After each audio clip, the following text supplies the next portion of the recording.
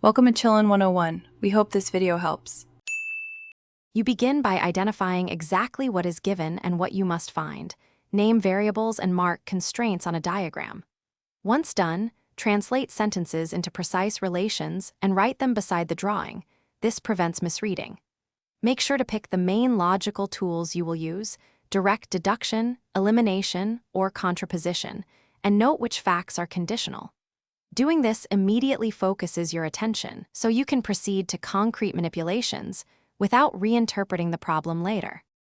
You now work through the problem methodically. Apply one rule at a time and write the inference plus the reason so you can trace your logic. When a direct path stalls, split into cases and pursue each branch.